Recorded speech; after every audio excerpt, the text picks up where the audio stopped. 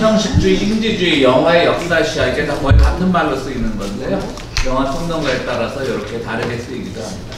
그럼 신형식주의라는 건 새로운 주의 형식인데 그럼 형식주의를 먼저 알아야 되지 않겠어요?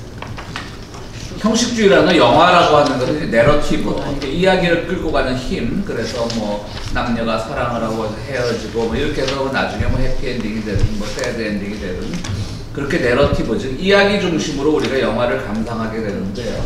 형식주의 영화는 뭐냐면 소재를 정형화, 왜곡함으로써 사건이나 대상물의 형식주의적 영상을 현실로 착각시킨다. 참 말이 좀 어려운데 별게 아니라요. 남녀가 어디서 사랑을 해요. 둘이서 막 헤어지기 위해서 막 울고불고 이제 막 그래요.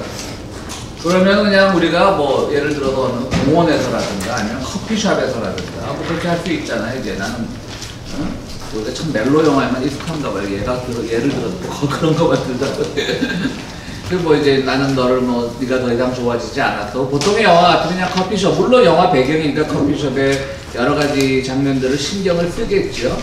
그런데 이 형식주의라는 거 하는 것은 그 자체보다는 지나치게 그 배경에 여러 가지 미장센 배우셨죠, 영어? 그러니까 하나하나의 세트를 배치함으로써 그것으로서 어떤 의미를 전달하려고 하는 것. 그래서 너무나 지나치게 말하면 너무나 그 배경에 신경을 쓰는 거예요. 주변 환경에, 형식에. 커피집이라고 하는 이 공간을 그냥 자연스럽게 보여주는 것이 아니라 그 공간에다가 어떤 의미를 자꾸 부여하는 겁니다. 그러니까 사람들은 어떻게 보면 이게 왜곡된 건데 실제로 그런 커피집은 있을 수가 없는 거예요.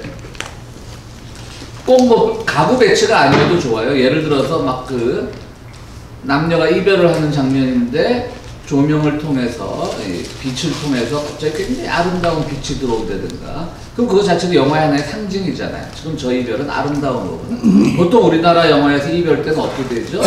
밖에 비가 주룩주룩 내려요. 그건 형식주의가 아니죠. 그냥 내러티브지. 그렇죠? 근데 형식주의는 갑자기 그 빛을 이용하는 거죠. 그걸 한국에서 제일 잘하는 감독은 이창동 감독입니다. 요번에 그 칸에서 거의 대상을, 황금종려상을 받을 뻔하다 못 받은 영화인데, 그 버닝이라고 무라카미 하루키의 소설을 이제 우리나라에서 이제 판권을 사와서 영화로 만든 건데요. 여러분들 그 이창동 감독의 그 밀양이라는 거 알죠? 밀양? 예.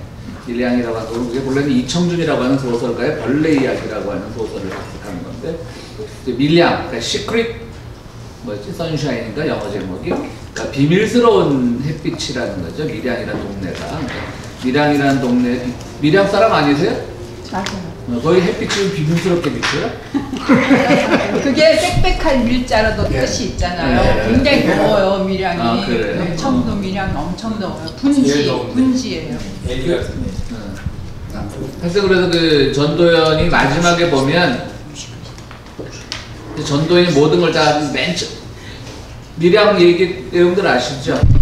자기의 딸인가 아들인가가 그 유치원에서 유괴를 당했다 알고 봤더니 유치원 선생이었어요. 뭐 아니면 통학버스 운전기사였던가.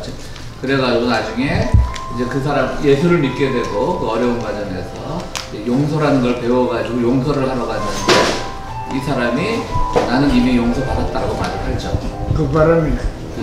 그 바람에 돌아버리죠. 근데 이걸 보고 우리가 막 기독교가 썩었니 막 그래서 사실은 그냥 굉장히 어떻게 보면 그 신의 사랑이라는 것과 인간의 증오라는 것을 아주 잘 다룬 영화거든요. 근데 우리 그런 걸 너무 윤리적으로 저거가 예수쟁이들 하는 짓이라고 지가 잘못했고 지가 용서받았다면 다 끝났다 그런다고 막 너무 1차원적으로 비판을 하는데요. 꼭 그런 건 아니에요. 실제 이청준의 원작에서는요 더 심하게 나옵니다. 벌레 이야기에서는.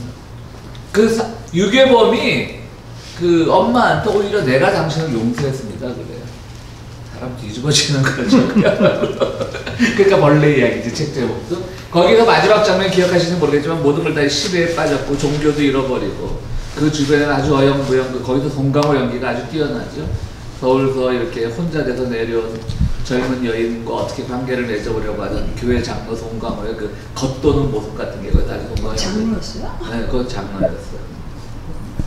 그래서 맨 처음에 송강호 따라서 막 역전 앞에 막 전도 집회 나가고 올라가서 막 기타 치면서. 근데 거기 보면 마지막 장면에 그 전도연 집 이 마당에 쓰레기가 나죠. 이렇게 쓰레기가. 근데 거기 햇빛이 반짝반짝거립니다. 쓰레기에 비닐, 뭐 빵 비닐 같은 거에. 네, 그러니까 그 빛을 참 잘 이용하는 거죠. 그게 일종의 하나의 미장센이죠. 네. 결국은 쓰레기는 같은 결국 하나님의 빛이라고 하는 것은 마태복음에 나오는 건데요. 하나님의 빛은 선인이나 악인이나 다 골고루 비춘다라는 말이 있거든요. 마태복음에. 그러니까 그 쓰레기 같은 사람에도 결국은 신의 사랑은 갈 수밖에 없다. 그 감옥에 있는 유괴범인이 나도 예수님에게 뭐 용서를 받았습니다라고 말을 했을 때 우리가 윤리적으로 보면 그건 쳐죽일 놈이 그런 위선적인 말을 하는 것처럼 보이지만 실제로 그 영화가 하고자 하는 것은 그런 쓰레기에게도 결국은 신의 자기의 빛은 갈 수밖에 없다는 걸 보여주거든요. 그리고 여기다 버닝이라는 영화를 보면 칸 영화제에 그 대상까지 올라갔는데 흥행에는 실패했나 봐요. 얼마 나오지도 않는데 벌써 이 어둠의 경로에 돌고 있더라고요. 그래서 벌써 봤는데요. 한국 극장에 뭐 CGV나 여기 상영하면 우리 한번 단체로 가려고 그랬더니 벌써 그냥 어둠의 경로에 돌아버려가지고 거기서도 또 빛이 아주 강조가 되더라고요. 그 어떤 여자 주인공, 젊은 여자 주인공은 그냥 맨날 알바 이런 걸로 근근히 살아갔는데 자기 옥탑방에서 그 남자친구, 즉 유아인이라고 하는 유명한 배우를 불러서 이렇게 이제 얘기를 하는데 우리 집에는 빛이 하루에 한 번만 들어온다는 거예요. 북향이 때문에 빛이 안 들어오는데 유일하게 한 번 들어오는 날이 그 집의 창문을 열고 보니까 남산타워가 보여요. 그러니까 남산타워의 햇빛이 비쳐가지고 반사되는 빛만 들어온다라고 하는 것이죠. 그럼 거기서 그 감독은 뭘 말하는 거죠? 그러니까 빛을 굉장히 잘 이용하는 사람이에요, 이창동은. 거기서 뭐냐면 지금 젊은 세대는 너무 암울해서 빛조차도 제대로 누릴 수 없는, 심지어 밀양에서는 쓰레기도 빛을 제대로 받았는데 지금 젊은 세대는 빛조차도 제대로 누릴 수 없어서 남산타워라고 하는 그 화려한 조형물에 비치는 반사되는 빛만 즐길 수밖에 없다는 것. 그걸 이제 보여주는 것이죠. 그러니까 그런 것들이 일종의 형식주의적인 걸 도입을 한 거예요. 그냥 뭐 빛이 비추나 보다 뭐 이렇게 되거나 아니면 말씀드렸듯이 남녀의 이별 장면이면 커피숍 바깥으로 비가 쭉쭉 내리고 남자는 울면서 뛰어나가면서 우산도 안 쓰고 비가 쫄딱 젖고 막 그런 것들 있잖아요. 그렇죠?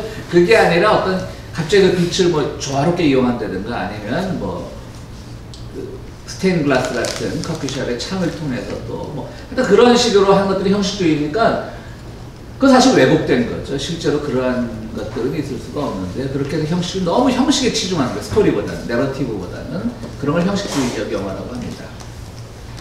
그러다 보니까 내용의 주제적 측면, 이 영화는 이런 것을 보여줘야 된다라고 하는 것보다는 예술적 형식에 주안점을 주는 영화 제작 스타일이죠. 예술적 형식, 그러니까 너무나 어떤 외부를, 배경을 강조하는 겁니다. 그래서 그런 영화를 이제 스타일리시하다라는 말들을 많이 쓰고요. 한국에서는 이제 이명세라는 감독이 있는데 한국의 이제 스타일리시 감독으로 이명세 감독이 최고라는 걸 합니다. 나중에 잠깐 그 장면이 나올 텐데.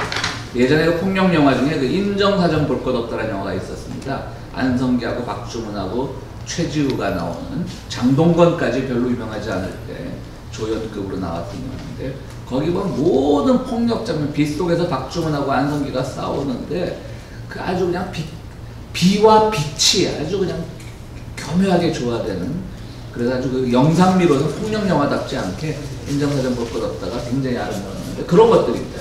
응? 감독이 누구야? 이명세라고 뭐 좀 그렇게 썩 무게인 영화를 감독한 영화는 아니었는데 그래서 이제 패턴, 그러니까 그 형식주의도 일종의 너무나 패턴을 강조하는 형식이 있고요. 예를 들어 이창동 감독 같은 경우는 패턴을 좀 강조한 거죠. 밀양에서도 그 빛이 있었고 요번 버닝에서도 빛이 있었고 그러다 보니까 공간적 맥락에서 이제 이탈할 가능성이 있습니다. 공간적 맥락이라고 하면 그냥 바다가 있으면 바다에는 모래사장이 있고 모래밭이 있고 파도가 있고 그 수평선을 바라보는 남녀가 있고 그걸 좀 아름답게 꾸밀 수는 있겠지만 그 자체는 바다란 말이에요. 아무리 그래도. 그렇지만 또 지나치게 형식주의 영화에서는 그 바다를 보여주기 위해서 다른 형식적인 요소를 가미하다 보니까 진짜 저것이 바다라고 하는 그 맥락을 우리가 놓칠 수가 있는 거예요. 오히려 무슨 말씀인지 아시겠죠? 저건 혹시 뭐 CG가 아닌가, 컴퓨터 그래픽이 아닌가, 이런 식으로 너무나 영상미를 강조하다 보게 된다. 그런 걸 형식주의라고 하는데요. 그래서 이게 신형식주의라는 거죠. 그래서 이 형식주의라는 거는 1920년대 소련, 지금은 러시아지만요. 소련에서 기틀을 잡았고요. 형식을 중시하다 보니까 표현을 강조하는 거잖아요. 그렇기 때문에 표현주의와 같은 말이지만 형식주의가 형식의 요소와 세부를 중시하는 보다 과학적인 이론인 반면에 표현주의는 형식의 감상적 개념에 치우친다는 차이가 있다고 하는 겁니다. 그러니까 형식주의는 좀 형식과 그 내부 심리 같은 걸 계속 연결시키려고 하는 그런 시도가 있지만 표현주의는 그야말로 표현되는 것. 마치 화가로 시작 인상파 같은 표현되는 것으로만 나타난 데에서 좀 차이가 있다고 하는 것이죠. 그럼 신형식주의는 뭐냐? 역사적 맥락을 간과하고 너무나 실제로 이것이 가능하냐 사실주의적 그 태도를 간과하고 텍스트 내부의 구조 분석에 몰두하는 러시아 형식주의 한계를 극복합니다. 그러니까 너무나 형식을 통해서 어떤 구조를 통해서 우리에게 뭔가를 자꾸 주입시키려고 하는 그것을 벗어나서 역사적 맥락 속에서 영화의 형식과 기법, 영화 내러티브의 복합적 구조와 체계를 분석합니다. 그러니까 이제 형식주의의 내러티브 요소를 좀 더 집어넣은, 그러니까 어떻게 보면 이창동 감독의 영화 중에는 형식주의라기보다는 더 정확하게 말하면 신형식주의인 거죠. 내러티브, 이야기의 요소를 집어넣는 거죠. 그래서 이 신형식주의는 기존의 형식주의 플러스 내러티브와 역사적 맥락이 좀 애드된 것. 그래서 오늘 우리 교재에 나오는 이 보드웰이라고 하는 사람은 이러한 아이고 오타가 나왔네요. 보드웰은 이러한 신형식주의 방법론을 영화의 시학이라고도 부릅니다. 그래서 오늘 이 단원의 제목이 신형식주의, 영화의 역사 시학, 그 다음에 또 인지주의 이렇게 나옵니다. 신형식주의는 추상적 이론에 의존하기보다는 경험주의와 인지실증주의 관점에서 개별 영화 작품들의 스타일과 테크닉을 분석합니다. 그러니까 어떤 이론이 아니라 쫙 들어가서 그 안에서 어떤 이것이 실증적으로 가능하냐 안 하느냐 이런 것들을 분석하는 영화라고 하는 테크닉이라고 하는 겁니다. 그리고 또 신형식주의의 용어 자체는 낯설게하기라는 게 있습니다. 이거는 예전 동독이죠. 지금은 다 독일이지만 예전 동독의 극작가였던 그 브레이트라고 하는 유명한 그 극작가이면서 시인인 사람이 만들었던 그 거리두기, 아주 비슷한 건데요. 낯설게 하기는 소격화라고 철학에서 또 뭐 거리를 둔다, 소외되고 거리를 둔다, 소격화라는 철학적 용어로 쓰는데요. 이런 거죠. 김혜자의 연기를 보면 저는 가끔 소름이 끼쳐요. 연기를 너무 잘해서. 너무 몰두하기가 쉬워요. 근데 여러분들 연극을 가보면 영화와는 달리 연기 굉장히 과장돼 있죠. 그렇죠? 과장돼 있고 목소리도 웅장하고 이러고 하는 거죠. 그러니까 이 브레이트의 이론은 뭐냐면은 어차피 연극이건 영화건 그것은 현재 일어나는 사실과는 동떨어져 있어요. 그래서 사람들은 그것을 보고 분석해야 되는데 몰두하면 안 되는 거예요. 그러니까 일부러 낯설게 하고 거리를 두는 거예요. 그게 브레이트의 연극 이론이 아주 독특한 겁니다. 그러니까 사람들은 뭔가 더 자연스럽게 보여서 김혜자 같은 연기를 보여주지만 때로는 연기 못하는 사람의 연기를 통해서 저게 뭐 연기야라고 하면서 우리는 그 연극이나 영화에 몰두하지 않을 때가 있어요. 연기도 되게 못하네 그러면서 오히려 브레이트는 그걸 노리는 거죠. 그렇게 함으로써 사람들에게 분석하고 평가할 수 있는 계기를 마련해 줘야지 너무 연기를 실감나게 하면, 그렇기 때문에 오히려 저는 또 김혜자인데 싫더라고요. 너무 소름 끼칠 때가 있어요. 지난주에도 한번 얘기했지만 그 마더라고 원빈과 나왔던 그 영화 보면 그 영화에서 그 김혜자의 그 연기는요 정말 소름 끼치더라고요. 기억나시죠? 그 마더. 막춤도 그렇고. 그래서 이걸 인지주의라고도 말을 하는데요. 이거는 좀 어렵게 말씀하자면 별게 아니라 결국 인간이 어떻게 판단하고 어떻게 인지하고 있는가가 중요하다는 거죠. 내 속에 있는 정보. 실제로 그 바깥에서 일어나고 있는 것이 중요한 것이 아니라 내가 어떻게 그 장면을 지금 인지하고 있는지, 내 뇌 속에 그 빛이 혹은 비가 혹은 산들바람이 어떻게 나에게 인지되고 있는지를 중요하게 생각하는 겁니다. 그래서 신형식주의, 인지주의, 영화의 역사 시작 이런 것 다 같은 말이라고 하는 겁니다. 그러니까 신형식주의는 또 영화를 좀 낯설게 하기입니다. 말씀드렸습니다. 그러니까 예를 들어서 남녀가 찻집에서 이야기를 하는데 비가 오는 장면 우리에게 굉장히 익숙하죠. 많은 영화에 나오니까 이별을 얘기하겠습니다. 근데 거기서 햇빛이 막 교묘하게 비치면 사람들은 사실 그 햇빛에 오히려 뺏기고 말죠. 지금 두 사람의 내러티브, 저 사람들이 왜 헤어지게 됐나, 우리는 사랑하기 때문에 헤어지는 거야. 물론 60년대 영화가 조금 비유가 좀 그렇지만 그런 이야기를 지금 이 주변 두 잘생긴 남녀 주연 배우로부터 듣고 싶은 건데, 아니 영화의 5분 전까지 저들이 깊이 사랑하다가 왜 이 순간 지금 헤어져야 되느냐, 이 스토리를 우리는 따라가고 싶은데 오히려 다른 형식주의적 요소들이 가미되다 보니까 갑자기 그 장면이 낯설어지는 거예요. 그 내러티브에 몰두가 잘 안 되는 거예요. 빛이 참 아름답다.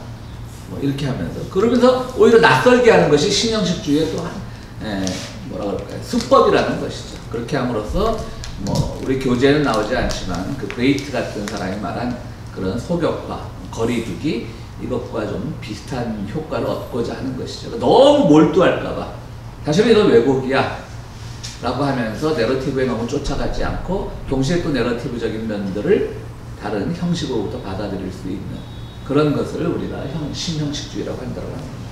그러니까 말씀드렸듯이 영화가 보기가 참 어려우시죠. 이제 그냥 뭔 주의가 그렇게 많으실 때까지 영화를 그냥 보시면 됐는데 앞으로 보시면 근데 한 영화 어떤 영화 이건 신형식주의다 어떤 영화 뭐다 이렇게 딱 구별은 안 돼요. 그 안에 여러 가지 요소들이 다 있는데 이런 이제 영화 평론가들이 쓸 때 이런 것들을 약속을 한 영화들인 것이죠. 어떤 영화는 딱 신형식주의다 이렇게 구별되지는 않는 것이죠.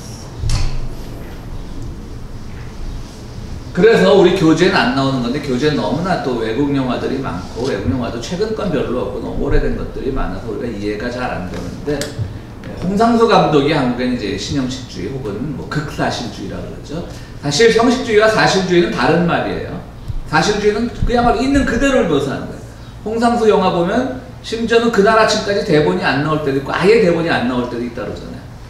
배우들한테 니들이 알아서 얘기해 상황만 전해주고 니들이 이 상황에서 어떤 대화를 오고 갈 것 같니? 그렇게 한다 그러잖아요. 근데 홍상수 영화 감독은 개런티도 안 높아요. 근데도 홍상수 영화에 한번 출연하려고 그냥 홍상수가 주로 쓰는 배우가 있거든요. 뭐 김상중 또 같이 사는 그 이름 뭐지? 네? 네. 뭐 그런 것들. 네. 그래서 이제 그 홍상수 영화는 극사실주의라고 하는데 극과 극은 통한다고 또 신형식주의랑 비슷해서 홍상수 영화도 그렇게 신형식주의로 구분하는 겁니다. 특히 이제 역사적 시학이라고 말하는 거죠. 시학은 시를 쓰는 거죠. 그러니까 시를 쓸 때 그냥 우리가 시상이 떠올라서 쓰는 것이 아니라 시학이라고 하는 학문이 있다라고 하는 것처럼 영화도 이렇게 역사적 시학을 통해서 영화를 만들어낸다는 거예요. 이것은 제가 오늘 강의를 준비하면서 보니까 역사적 시학을 통한 한국과 일본 영화의 비교 연구 김의찬이라고 하는 분이 중앙대 뭐 공연예술대학원에서 석사 논문을 썼던 거 중에 굉장히 긴 건데요. 거기서 이제 오수정이라는 영화를 분석하기 위해서 여기 물음표가 왜 들어가는지 모르겠네요. 저도 미스프린트입니다. 오수정 보셨어요 영화? 꼭 보셔야 됩니다. 아주 흑백 영화인데 홍상수가 만든 흑백 영화인데요. 저는 요즘 한국 영화들이 그런 배드씬 같은 게 굉장히 대담하잖아요. 근데 저 영화에서는 배드씬은 그렇게 대담하지 않은데 제가 이때까지 본 배드씬 중에 저 영화 배드씬이 제일 야했던 것 같아요. 전혀 요즘 배드씬에 비하면 그렇게 막 대담하지 않음에도 불구하고. 정보석하고 자살했던 이은주라고 하는 배우. 이은주라는 배우 아시죠? 한 10여 년 전에, 10여 년 더 됐겠구나, 자살. 흑백으로 홍상수가 만든 영화인데요. 이제 이걸 하는 이제 우리가 신형식주의를 가지고 이제 분석했던 이 논문입니다. 그래서 그럼 조금 우리가 신형식주의가 뭔지 이해가 되기 때문에 그렇습니다. 영화는 전체 5부로 되어 있는데요. 1부와 3부에서는 남자의 기억, 2부와 4부에서 여자의 기억, 두 기억은 같은 경험에 대한 것임에도 불구하고 어긋나고 있습니다. 우리가 처음에 그 B급 영화 얘기할 때 말씀드렸던 그 펄프 픽션도 그런 거죠. 진짜 큰 갱단하고 동네 조그만 좀도둑하고 한 아침을 주는 뭐 데니스 같은 그런 시골 그 조그만 바에서 레스토랑에서 일어난 일인데 나중에 영화적 시각이 다 달라요. 그냥 일어난 상황을 보는 게. 펄픽션이 그걸 제일 먼저 했다면 한국 영화에서는 이 오수정이라는 영화가 제일 먼저 했죠. 1부와 3부에서는 남자의 기억이고요. 남자의 기억은 주로 이제 그 정보석의 기억이고 2부와 4부에서는 이은주의 기억인데요. 두 기억은 같은 경험에 대한 것임에도 불구하고 어긋나고 있습니다. 5부에서 이 아이가 만난 독특한 구조입니다. 여주인공 수정 이은주입니다. 이은주. 저기 뒤에 나오네요. 수정은 작은 케이블 텔레비전 회사에서 구성 작가로 일하고 있습니다. 요즘 모든 프로는 다 작가가 있습니다.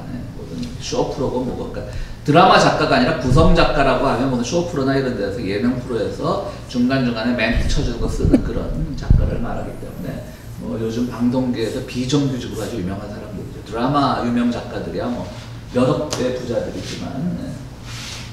그래서 수정의 프로그램 PD를 맡고 있는 독립영화사 제작자 영수라고 하는 사람은 그 문성근이라고 하는 배우입니다. 홍상수 감독의 영화에 나오는 이 인테리들은 항상 다 찌질합니다.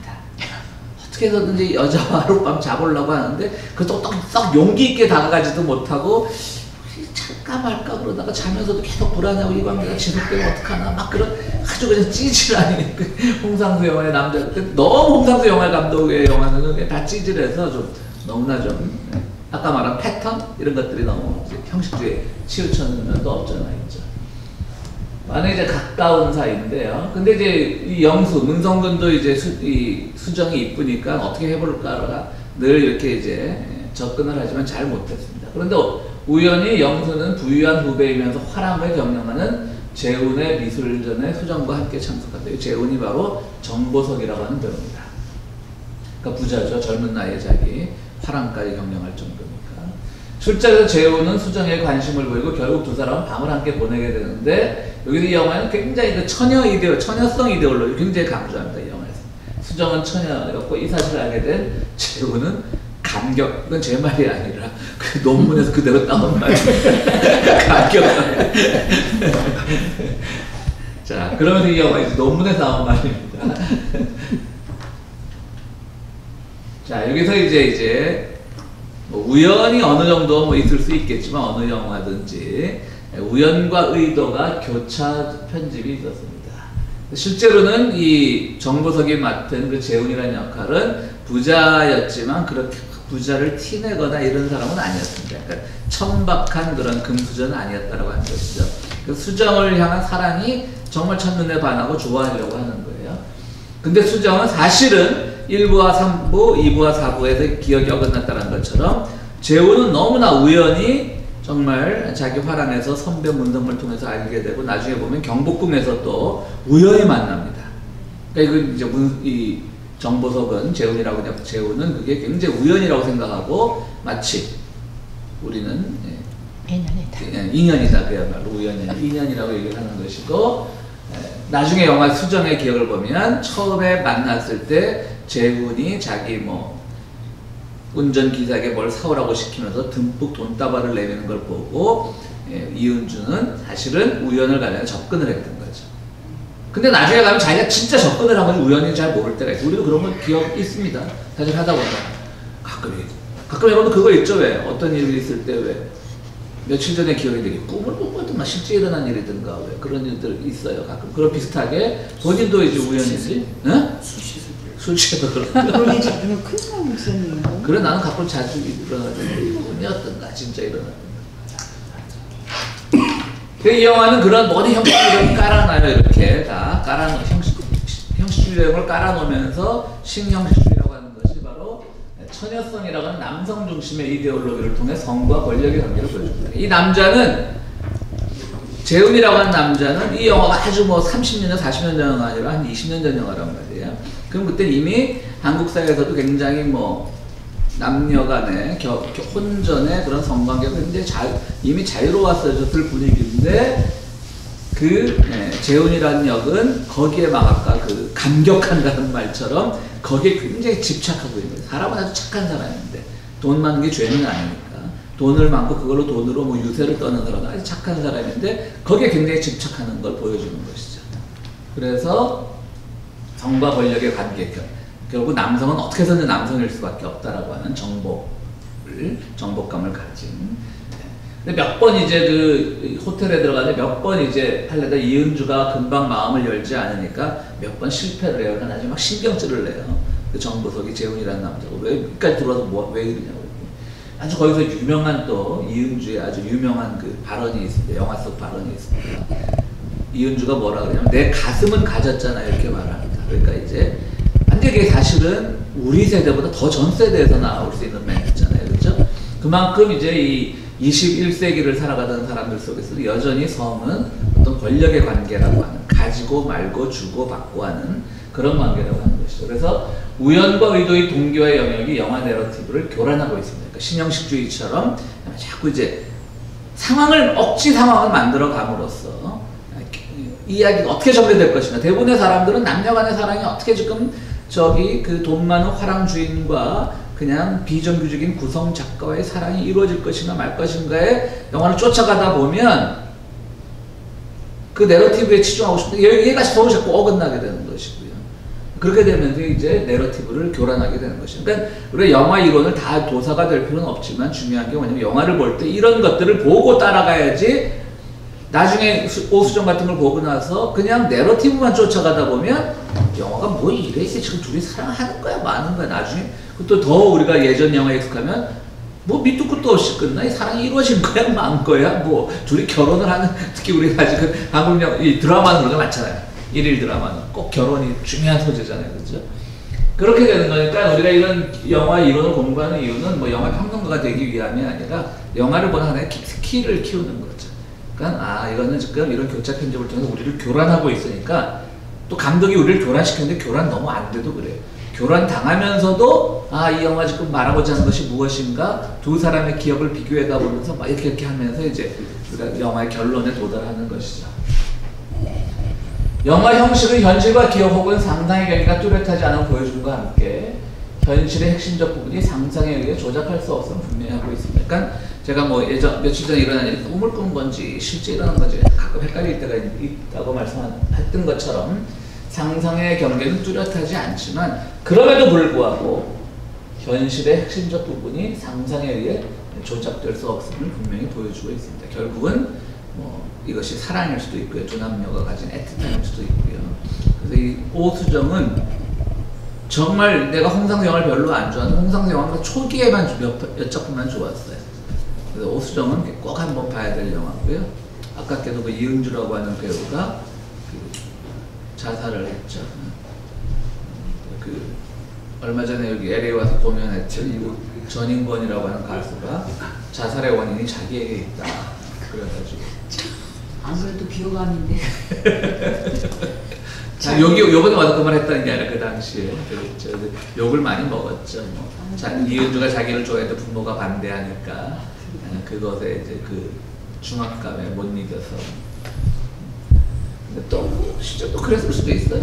지금 저번에 우리 TV 볼 때 그 뭐 홍삼정인가 선상 광고하던 그 유현상이라고 하는 백두산이라고 하는 아주 하드락을 하던 아주 소리 꽥꽥 지르고 하던 그 수영 선수 최윤희하고 결혼했는데 그때 최윤희가 지금 나왔지 가출했어요. 최윤희가 지금 우리는 이제 한국도 스포츠가 발전해서 김연아 같은 세계적인 스타가 나왔지만 최윤희는 기껏 해봤자 아시아 경기에 아시안 게임에 금메달을 준 거예요. 은메달이었는데 은메달은 그때 일본이 수영 강국이었기 때문에 아시안 게임에서. 그런데도 불구하고 사실은 그때 굉장히 거기 지금 그 김연아급이었어요. 네, 스타였어. 그 당시 그 젊은 강공 모델도 나오고. 근데 갑자기 유현상과 결혼한다니까 그때 또 뭐 근데 그것도 나중에 알고 보니까 그 비화가 있죠. 그 언니도 수영 선수였죠. 최윤희 언니도. 비화가 있어요? 예. 비화가 뭐예요? 예?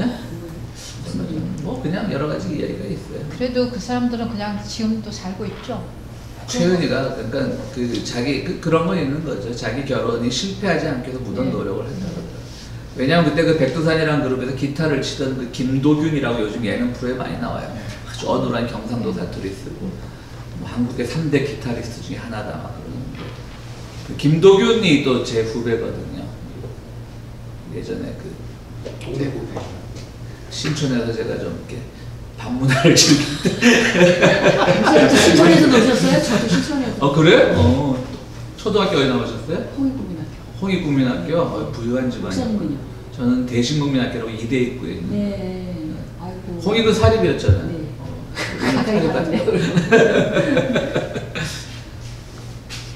사립 나오셨죠? 아니에요. 저는 밀양국민학교를 천지구나 천지. 천득이에요. 그래서 5년 동안 유흥업소가 많았는데. 그렇죠. 저는 집도 신천이었어요. 저 봉원사 있는데. 김두빈이랑 아세요? 잘 알지. 데리고 미국은 자꾸 내가 무슨 복음성가 가서. 근데 김도균이가 왜 나왔어요? 이름이? 그 백두산 그룹이었거든요. 그래서 백두산 얘기를 좀 제가 알고 있었거든요. 비화는 얘기하는 그래서 그 스토리를 좀 아시죠? 홍상수 감독이가 이제 영화가 많이 찍었습니다. 근데 그 제목하고 내용이 연결이 안 돼. 너무 돼지가 우물에 빠진 날은 요즘 갑자기 나이 먹어가지고 갑자기 조연으로 뜨고 있는 김의선이라고 하는 배우가 있습니다. 김의선이라고 하는 배우의 첫 데뷔작이었죠. 근데 이 영화는 굉장히 잘 된 영화입니다. 그 상타 유명한 상타지 않나요? 그게 이제 어떤 여자 주인공이 누구였더라? 시골 극장에서의 매표소에 있는 여성과 김의성도 역시 여기서 또 인테리어로 나오는데 여기서 손숙도 나왔던 거 같아요. 제주가 뭐 손석구 나왔나? 어쨌든 뭐 항상 영화 천명하고요. 네. 강원도의 힘은 이 사람이 정말 배우인지 무슨 어디 교수 역할 많이 하던 배우 있는데 지금은 또 거의 안 나와요. 남자 배우가 나왔던 건데 누구냐면 그 MC를 맡은 허수경의 두 번째 남편. 제가 연예계 너무 발전. 허수경의 두 번째 지금 만나는 남자가 저기 공지영의 마지막 남편이라는. 예, 그 저기 한신대 경제학과 네. 국제경제학과 교수 네. 이수. 그러면 허수경이가 두 번 결혼하시고. 허수경은 세 번째죠. 허수경. 허수경이. 세 번째 갔죠. 공지영은 세 번째 갔다 왔고. 그 남자는 세 번째에 딱 걸리는 남자네. 그러네 공지영한테도 진짜. 세 번째고 허수경한테도 이 세 번째. 누구더라? 좀 진보적인 국제경제학자 있어요. 한신대 교수는. 제가 말씀한 오수정. 그다음 생활의 발견은 그 추상미라고 하는 그 옛날에 빨간 피터 보면 추성웅 씨 딸과 김상중이라고 하는 두 배우가 김상경 아니에요? 김상경. 아니야 김상중. 김상중이라고 하면 그것이 그런 김상경 맞다. 키 큰 김상경. 여자는 남자의 미래다는 이제 그 성현아라고 좀 이슈를 많이 몰고 다니는 성현아. 극장전은 누구지? 네, 엄지원 나왔던 영화고요. 보면 다 이제 해변의 여인서부터 이제 지금의 그 안에 있는 그 배우가 이제 나오면서 극장전까지 다 재밌게 봤습니다. 그 다음부터는 좀 너무 홍상수 영화 비슷하더라고요. 홍상수도 사실은 뭐라 그럴까 저런 게 좀 있어요. 나이는 그렇게 많이 되지 않았는데 제 또래쯤 됐나? 저보다 좀 어리거나 할 텐데 62년생. 그 많이 어리네. 근데 그 여성의 어떤 소위 말하는 순결 이데올로기에 굉장히 집착한 경향이 있어요. 그래서 아마도 젊은 여성과 살라든지 모르겠지만 여기 보면 다 그런 것들이 오수정도 그렇고 극장전에서도 그 엄지원도 약간 그런 역할을 하고요. 그러니까 그런 게 좀 있습니다. 해변의 여인이 있고요. 많이 찍었습니다. 이 사람의 영화는 다 제작비가 많이 안 들어갑니다. 독립영화 수준. 거의 독립영화 수준이에요. 이자벨 육배로 나오는 영화는 뭐예요? 그게 아마 해변의 여인일 거예요. 고현정 나오는데. 이자벨 이제 배가 해변의 여인. 이자벨 육배 같은 대배우가 저기서 무슨 역할이야? 한국에 놀러 온 그냥 프랑스 여자, 그래서 해변에 왔다 갔다 하는 해변의 여인. 그다음 밤과 낮, 요거는 김영호라고 하는 약간 울퉁불퉁하게 남자 배우가 나왔던 뭐 첩첩산 좋은 제가 잘 모르겠습니다. 잘 알지도 못하면서 오키의 영화 부총관, 누구의 딸도 아닌 혜원, 잘련도 우리 다른 지금은 맞고 그때는 틀리다는 영화 제목 때문에 우리가 무슨 정치적인 수사로도 많이 쓰이죠. 당신 자신과 당신의 것, 밤의 해변에서 혼자, 클레어의 카메라, 그 후, 뭐 이런 영화들이. 근데 어째서 제목조차도 나는 모르겠지? 안 보신 거예요? 흥행이 실패한 게 아니라 처음부터 흥행을 생각해서 만들지는 않아요. 홍상수가 이제 이런 뭐 또 연예계 비하를 얘기하자면 그 와이프가 사실 우리 같으면 그냥 자존심이 상해서라도 이혼 도장 찍어주고 말 텐데 뭐 재산이 많아서 그 재산 때문에 그런 뒷말들이 듣는데 홍상수의 그 어머니가 아주 유명한 사람이었습니다. 그거는 비화던데요? 네. 예. 현대사에 그거는 비화가 아니고 다 알려진 다 알려진 얘기네. 그 술집도 해보고 레스토랑도 했는데 그 모든 정치인들을 다 쥐락펴락했다. 그러니까 좌우의 구분 없이. 뭐 김대중만 조금 김영삼은 뭐 나중에 3당 합당해서 보수적인 정치인이 됐지만 초기에는 이제 진보적인 정치인이었잖아요. 그렇지만 이제 김영삼과 김대중을 비교할 때 김영삼은 이제 금수저고 거제도의 그 아주 멸치잡이 어선의 부잣집 아들이고 김대중은 워낙 자수성가한 그 신안도라고 하는 그 섬 출신이고 그러다 보니까 이제 김대중은 그런 한국 정치인들이 노는 그런 주류 문화에 잘 끼지 못했던 반면에 김영삼은 이제 낮에는 국회에서 당시 여당하고 싸우고 밤에는 이제 술 먹으러 다니고 뭐 이런 사람인데 모든 사람을 다 쥐락펴락해. 심지어는 그 서슬프런 전두환 시절에 전두환도 홍상수 엄마의 그 부탁이라면 들어줬다고 할 정도의 아니 무슨 각을 운영했어요? 술집이죠, 술집. 술집 이름이 예. 정과? 아니요, 청각은 아니고요. 그렇게 또 이름난 술집은 아닌데 각은 아니고 이분이 그 신문점은 아니고. 그러니까 기생집은 아니었고요. 그냥 어떻게 보면 일반 술집일 수도 있는데 그게 아주 묘하더라고요. 일본 정치인 첩이었다고 뭐 어서 뭐 하여튼 돈이 굉장히 그 엄마의 재산이 굉장히 많다는 얘기가 들었어요. 전옥순. 엄마 이름 뭔가? 전옥순. 전옥순 맞을 거예요. 요새 뭐 스마트폰 보면서 홍상수 엄마 집 딱 나오죠? 이분이 무슨 일반가 나온 사람이야? 아닐 거예요. 아니 내가 어서 보기로는 그 여대 말하자면 고급 그 미국 장교들한테 같이는 여대생 뭐 클럽을 만드는데 거기 들어가 있을 거였는데. 아니 그렇지만은 진짜 아무리 소자본으로 하는 작품이라도 엄청 많은데 많아요.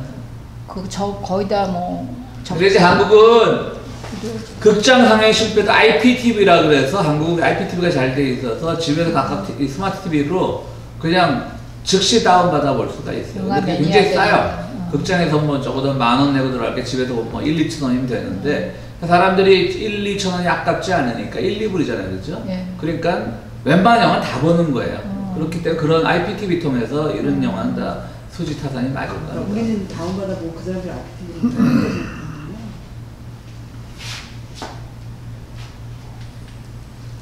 자, 이게 이제 그 오수점에서 처음 이제 호텔에 들어갔을 때 재훈이라는 사람이 이제 이은주를 정보석의 이은주를 어떻게 해서든지 같이 잡아보고 싶어서 저렇게 이제 젊은 사람들 영어로 껄떡대고 있는 겁니다.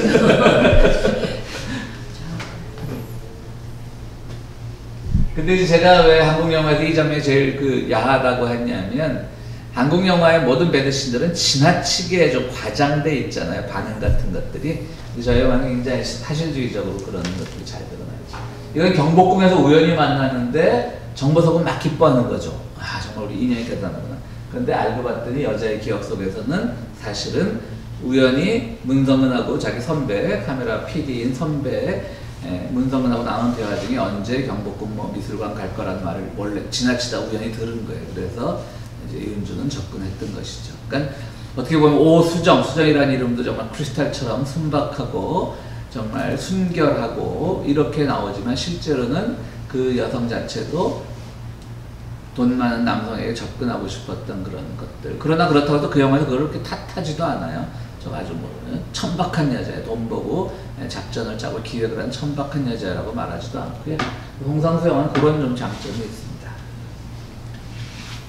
요건 아까 말했던 그 이병세라고 하는 감독이 만들었던 인정사정 볼 것 없다라고 하는데 한국의 스타일리시 영화 지나치게 그 이제 배경을 중시하는 영화 중에는 이명세의 이 영화를 아주 높이 칩니다. 그래서 이제 박중훈 지금 칼에 찔리고 있는 게 박중훈이고요. 네, 그 칼에 찌르는 사람이 안성기인데 안성기는 이제 살인 청부업자입니다. 돈만 주면 누구도 죽여주는 연쇄 살인이 일어나니까 이제 박중훈과 장동건 두 이제 형사가 추적하다가 결국 안성기인 걸 잡아냅니다. 그 과정에 이제 최지우라고 하는 배우는 안성기의 애인이었고요. 어쨌든 그 과정에서 이제 싸우는데 저 영화를 보면 진짜로 이게 아름다워요. 빛 속에서. 그 빛의 장난을 좀 탁탁해 막 척해 놓으니까.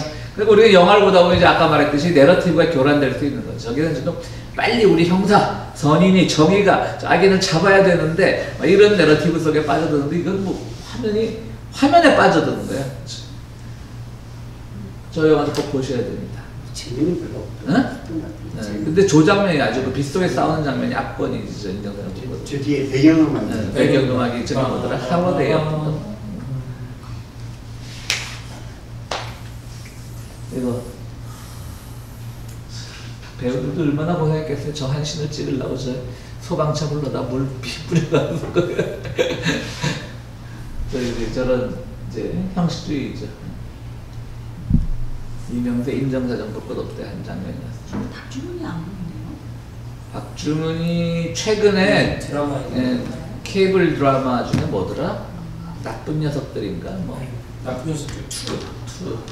모의가 많은데. 어? 모의가 되게 많은데. 박정훈은 이미 이렇게 그 영화를 매일 찍지 않아도 될 만큼 이제 재력은 누리고 네. 있잖아요. 그러니까 이제 쉬엄쉬엄 하는 거죠. 그래도 최선은 다해요. 그래서 저는 뭐 장동건이나 이런 배우들을 별로 안 좋아하는 게 이 사람들은 정말 이제는 재벌의 경지에 준재벌의 경지에 올라 있으니까 너무 쉬엄쉬엄 하더라고요. 근데 박정훈은 그래도 제 나름대로 역할은 하더라고요. 처음에 저도 이 배우가 좀 이상하게 생겼고 안 좋아했는데 볼수록 좀 자기 책임감이 있는 배우 같아요. 자, 이제 영화 철학으로 넘어가겠습니다. 좀 쉬었다 할까요? 네. 1925년에서 95년 70살을 살았네요. 70살을 살았는데 또 이 프랑스 철학자들은 자살을 또 잘하더라고요. 자살로 70살에 생을 마감했어요. 살 만큼 살고 그 자살. 그래서 나는 남의 죽음을 갖고 이렇게 얘기해서는 안 됐지만 너무나 자기도 그냥 이 둘레지 철학 어렵게 만들어 놓다고 더 이상 해결이 안 돼가지고 돌아가시지 않았나. 우리가 평화사에 둘레지 한번 하긴 해야 되는데 너무 둘레지 철학이 어렵습니다. 그렇지만 어쨌든 영화를 어떤 철학의 분야로 끌어올린 그런 대표적인 철학자입니다. 프랑스 철학자고요. 몇 가지 개념만 나중에 들레주 공부하더라도 여기에 또 우리가 이 교재도 많이 나오는 개념인데요. 반복과 차이. 그러니까 모든 진리의 성립 과정은 반복과 차이를 통해 증명된다는 겁니다. 그동안의 진리는 뭐였죠? 하나의 고정화된 상태. 진리는 뭐 예를 들어서 뭐 사랑이 어떻게 변하니? 라고 하는 것처럼 사랑이라고 하는 진리는 변하지 않는다라고 하는 거죠. 사랑이 어떻게 변하니라고 하는 이제 아주 명대사는 어디 영화에 나와? 그래요? 그 뭐지? 그 유지태하고 대장금하고 나왔던 영화 뭐지? 봄나는 건다? 봄나는 건다. 난못 봤어. 거기에 이제 그 유명한 사랑이 어떻게 변하니라고 하는 유지태가 이영애를 향해서 한 말이죠. 그러니까 이때까지 우리가 사랑, 정의, 진리 이런 것은 예? 기억력이 너무 좋으시다. 아니 근데 영화를 명대사 몇 개 외우고 있어야 돼. 저만 아는 게 아니에요. 아 그래요? 유명 씨도 알지? 사랑이 어떻게 변하니? 그거 되게 유명한 영화 건데. 재밌게 봤어요. 그렇죠. 사랑이 어떻게 변하니? 완전 네. 완전. 나 거기 뭐 라면 그거 그죠? 그 지금 말한 그 영화에서 봄날은 간다에서 또 유명한 명대사 하나 있잖아요. 라면 먹고 갈래요? 그러니까 그 이영애는 지방방송의 아나운서였고 이제 유지태는 한국중앙방송의 이제 그 다큐멘터리 PD였는데 그 지방방송 아나운서의 도움으로 그 지역의 어떤 자연 생태계인가 뭔가를 그죠? 나비인가 뭔가를 촬영하는 과정에서 둘이 이제 친해진 건데 이제 그 밤에 이제 헤어질 때 이제 한국 영화에서는 아마 그게 처음이었을 거예요. 여성이 먼저 남성에게 어떤 밤에 집에 자고 가라고 말한 거나 아마 한국 영화에서는 그 전에도 그런 대사 물론 있었지만 그 전의 대사들은 대부분 뭐 아주 약간 뭐 불륜스러운 관계라든가 이런 데서 그런 대사가 나왔지만 이제 봄날은 간다에서는 그 영화가 나오는 거죠. 제 대사가. 하여튼 이때까지는 그 모든 사랑, 정 이런 것들은 고정화된 형태지 반복되지 않는 것이었고요. 또 하나 사랑은 이러이러한 것이다 라고 정형화된 정답을 갖고 있는 것이었다면 사랑에는 어떻게 차이가 있을 수가 있어? 그렇게 얘기를 해왔다면 그렇지 않다. 모든 정의는 플라톤적으로 이데아라고 딱 정해진 것이 아니라 다 바뀐다. 어떻게 보면 그래서 니체와 들레즈가 아주 비슷합니다. 그러나 들레즈가 어쨌든 후세대고요. 그래서 뭐 들레즈 하면 니체 뭐 그런 책들도 있어요. 들레즈의 니체 읽기 뭐 이런 책도 있어요.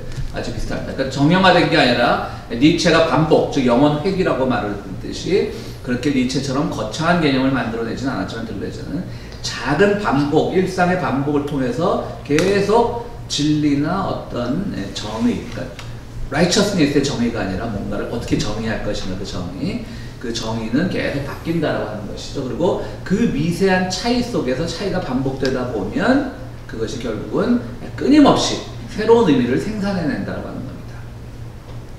그리고 탈영토화, 재영토화라는 것도 제가 한번 설명을 했었는데요. 이것은 어떤 뭐 토지 개념, 정말 뭐 징기스칸적인 그 개념이 아니라 어떤 단어가 규정하고 있는 이 바운더리가 있어요, 그죠?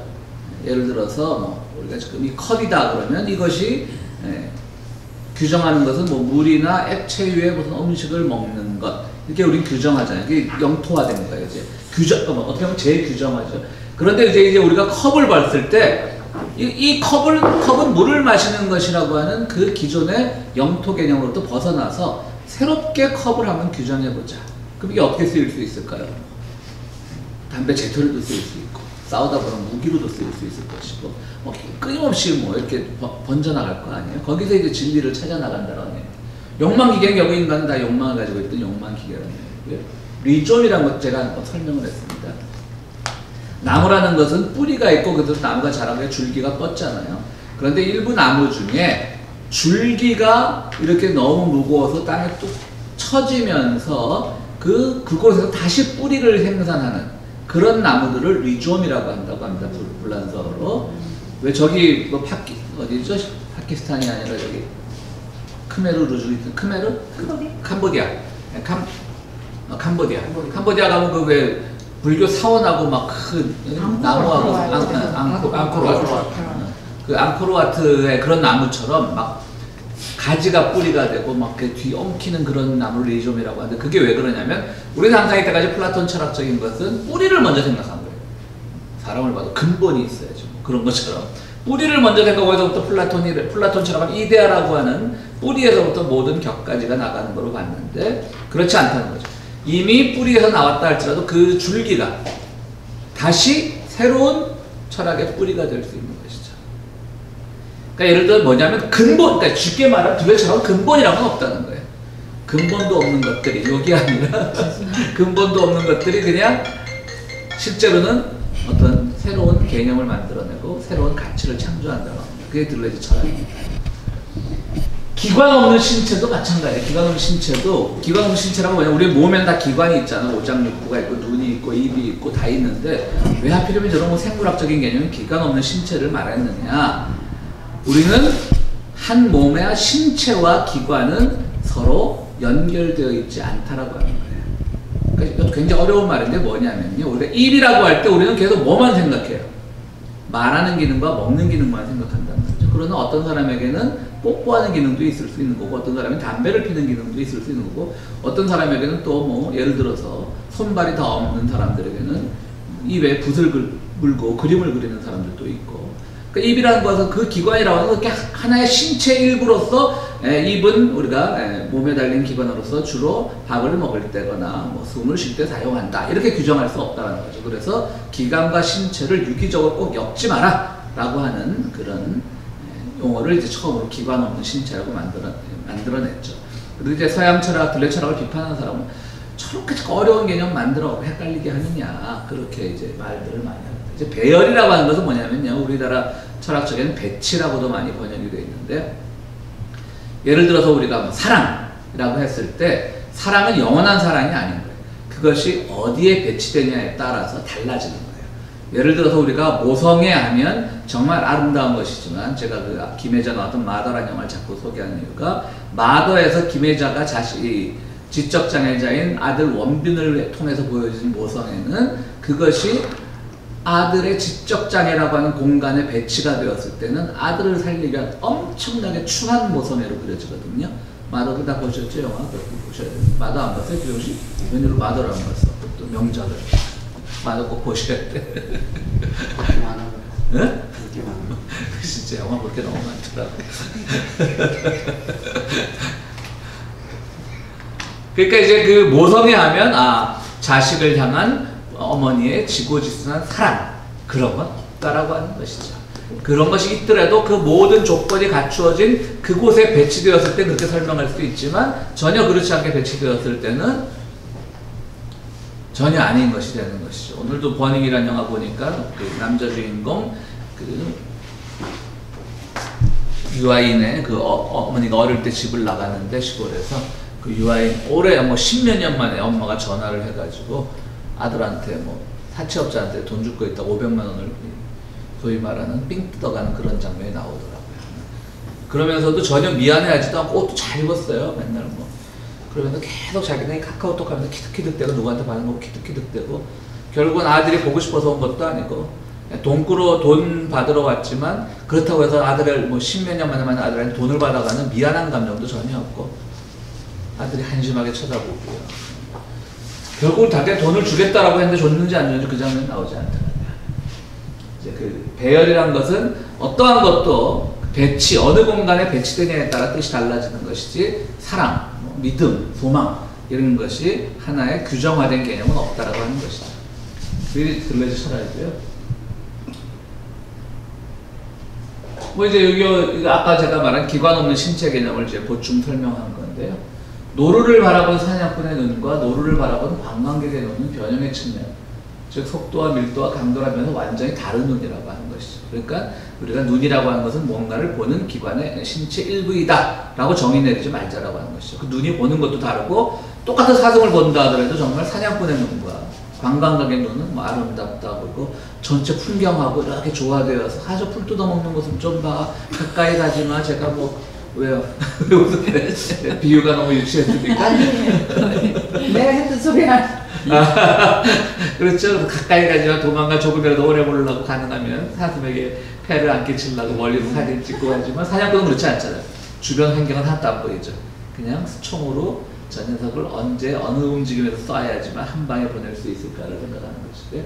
그래서 사냥꾼은 자신의 신체를 사냥에 적합하도록 변형시키겠지만, 그러니까 눈을 가진 신체를 사냥에 적합한 그 신체로 바꾸겠죠. 그러나 또 관광객은 자신의 신체를 보다 넓게 관망에 적합하도록 변형시킬 것이다.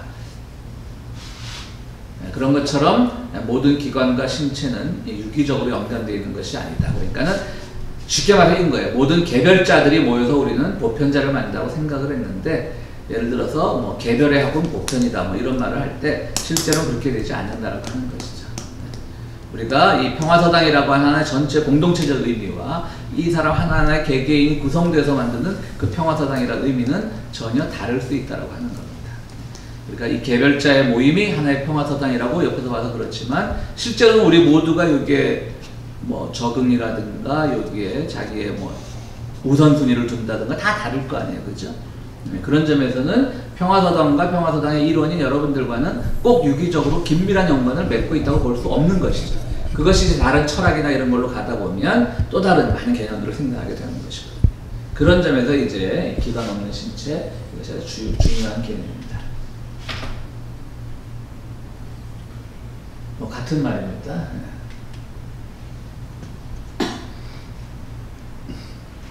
아까 말씀드렸듯이 즉 입은 젖을 벗기 위함이면 동시에 키스를 위함이며 말하기 위함일 뿐 아니라 장애인에게는 손을 대신하여 글을 쓰거나 그림을 입으로 다양하게 변형될 수 있는 것. 그래서 들레즈의 그 개념이고요.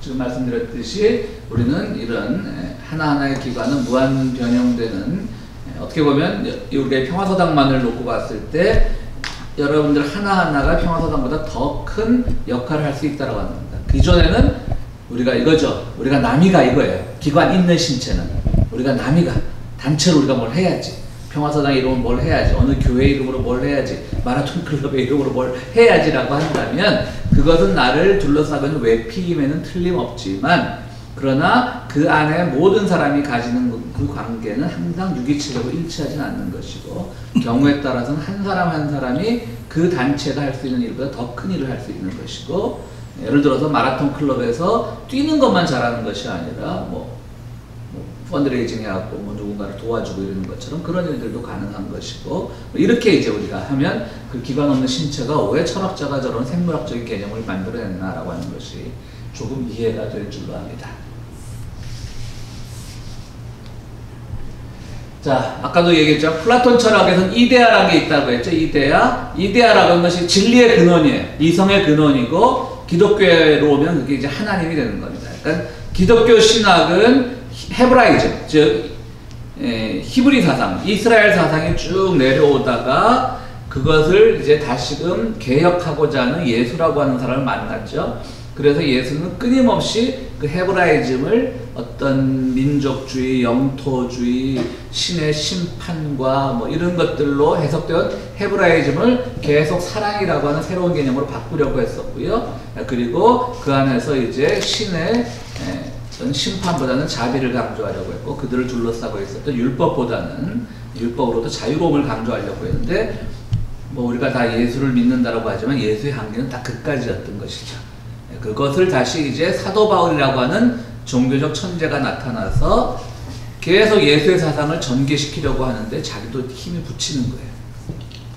그때 이제 사도 바울이 받아들인 것이 바로 플라톤 사상이나 이런 것이었을 가능성이 큰 것이고요. 그 이후로 이제 초대교회 교부들이 플라톤 사상을 가지고 플라톤에 있는 그 이데아 사상을 받아들여서 기독교 신학을 발전시킨 것이죠. 신은 우주의 근원, 우리의 모든 모범, 우리의 모든 진리의 근원, 그리고 나머지는 그 신의 모상을 따라 살아가는 사람들, 신의 이미지를 따라 살아가는 사람들, 이런 기독교 신학이 성립이 된 건데, 그게 다 이제 플라톤 신학인 것이죠. 그래서 플라톤 철학에서는 이데아와의 유사성, 그러니까는 진리에 얼마나 우리가 근접해 있는가를 보여주는 것이 이때까지 철학이었다면, 니체가 그것을 깼다라고 말했잖아요. 들레주가 와서 한 번 더 니체를 흉내냈죠. 그것이 아니라 오히려 플라톤의 그 이데아와 같으려고 노력하는 것이 아니라 얼마나 그것으로부터 벗어나려고 하는가가 중요하다는 것이죠. 그래서 거기서부터 나오는 차이, 나는 이데아와 틀려 라고 하는 그 차이, 나는 원본과 달라, 그 차이로부터 새로운 생성 능력이 발생한다고 하는 겁니다. 그래서 그렇게 되면 예술이라고 하는 것은, 그림이라고 하는 것도 얼마나 자연을 조금씩 자기의 시각에 따라 다르게 묘사할 수는 있겠지만, 어쨌든 피사체 혹은 자기가 그리고자 하는 그 대상과 얼마나 가까울 수 있느냐가 예술의 본질이었다면, 그것이 아니라 재현을 하는 것이 아니라 이제는 그것을 자기 안에서 형상화시켜버리는 겁니다. 새롭게 만드는 겁니다. 뭐 피카소 같은 것이 그런 것이죠. 피카소에 보면 얼굴의 앞면과 뒷면이 한꺼번에 뭐 야누스처럼 그렇게 그려진 그림도 있잖아요. 그의 눈에는 그렇게 보인다는데 어떡할 거예요? 그렇기 때문에 우리가 피카소의 그림을 보면 저 유치원 애들도 저만큼 그리겠더라고 말하는 게 너무나 황당한 그림들이 많으니까. 그러나 그의 눈에는 그렇게 보였다는데 어떡할 거예요? 형상화를 해버린 것이죠, 자기가. 재현을 한 게 아니라. 그렇게 된 것이 이제 바로 예술도 그렇게 발전했던 것이고요. 들레즈는 바로 그런 형상화, 또 자연과의 어떤 일치성이 아니라 차이로부터 오는 것으로부터 진정한 진리가 발견된다라는 점에서 이런 예술론을 폈던 것이고요. 그 과정에서 영화도 그 중에 하나였다고 합니다. 영화만큼 재현에 가능한 건 없잖아요, 그렇죠? 그냥 어떤 사건, 뭐 예를 들어서 그림 같으면 뭐 풀밭에서의 식사, 뭐 이런 것처럼 풀밭에서의 뭐 자화상 이런 것처럼 한 순간을 포착하는 것이지만, 영화는 기승전결인 한 사건을 끊임없이 재현하니까 가장 플라톤적일 수 있는 거죠. 예를 들어서 어떤 살인사건을 소재로 한 영화를 만들었다고 하면, 살인사건이 일어나는데 원한관계가 있었고 뭐 어떻게 했고 나중에 뭔가 여러가지 뭐 이 복선들이 깔리고 이렇게 해서 보면 맞아, 살인사건은 다 저런 이유가 있을 거야 라고 우리는 이제 생각을 하게 되는 것이죠. 그러나 그렇게 재현을 하는 것이 아니라 들레즈는 사실 영화는 따지고 보면 새로운 것을 형상화하는 것이다, 새로운 것을 만들어내는 것이다, 이렇게 말을 하는 겁니다. 그런 형상화는 이미지를 재현성의 구조로 편입시키고요, 통합하는 것이 아니라 파편으로서 이미지를 가진 관계를 통해서 사유의 방법을 모색하는 겁니다. 그러니까 영화가 계속 장면 하나 이미지가 서로 연결되는데 그 사이에 조금씩 차이가 있는 것을 가지고 나중에 가서 종합해서 거기부터 진리를 얻는 것이죠.